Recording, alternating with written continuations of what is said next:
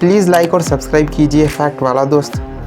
दोस्तों, भारतीय खान पान में बटर यानी मक्खन एक अहम भूमिका निभाता है, जिसका प्रयोग ऑलमोस्ट सभी जगहों पर किया जाता है। फिर चाहे इसे ब्रेड पर लगाकर खाना हो या आलू के पराठों के साथ किसी दाल में डालना हो या फिर कच्चा ही खाना हो, सब इसे बड़े चाव से खाते हैं। और आखिर ऐसा हो भी क्यों ना, ये होता ही इतना लजीज है। लेकिन क्या आप जानते हो कि सबका फेवरेट बटर आखिर बनता कैसे है? उसमें आखिर ऐसा क्या मिलाया जाता है जो इसे इतना टेस्टी बना देता है? इसके साथ ही बटर को खाने के कौन कौन से फायदे और नुकसान होते हैं, आज हम इन सब चीजों के बारे में जानेंगे हमारी आज की इस वीडियो में। तो प्लीज इस वीडियो को लास्ट तक जरूर देखिएगा। डेयरी प्रोडक्ट्स को बनाने वाली देश की जानी मानी कंपनी अमूल के बारे में शायद ही ऐसा कोई होगा जो नहीं जानता होगा। सुबह की चाय के लिए दूध की जरूरत हो या फिर नाश्ते में ब्रेड के साथ बटर की, सबसे पहले जो नाम मन में आता है वो अमूल ही तो है। अमूल बटर को भारत के सभी घरों में बड़े चाव से खाया जाता है। तो इस बटर को बनाने की शुरुआत कुछ इस तरह से की जाती है। सबसे पहले अमूल के बड़े बड़े टैंकर अलग अलग गाँवों में बने अमूल के मिल्क कॉर्पोरेटिव संस्थाओं से ऑलमोस्ट 2 करोड़ लीटर दूध लेकर फैक्ट्रीज में जाते हैं, जहां पहुंचने के बाद सबसे पहले दूध की अच्छी तरह से टेस्टिंग की जाती है। जांच के बाद जब दूध की क्वालिटी सही होती है तो इसके बाद इसे स्टोरेज टैंक में पंप के जरिए डाला जाता है।